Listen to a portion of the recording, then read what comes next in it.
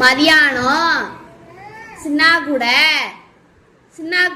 சொல்லு, நான் இல்லைன்னா அலசி போக மாட்டேன். சின்னா கூட மதியானம் பிரியாணி சாப்பிட தட்டுல சாப்பிட போறேன். உனக்கு வேணுமா? வாங்கிட்டு வரவா? நானு தேவி பெரியம்மா சின்னா 3 பேரும் போறோம். பிரியாணி சாப்பிட போறோம் சொன்னேன். தெரியும். எங்கேயோ கேட்ட மாதிரி இருக்கு.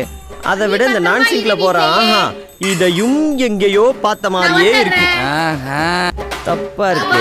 அவன் பேரந்தான் இவன்.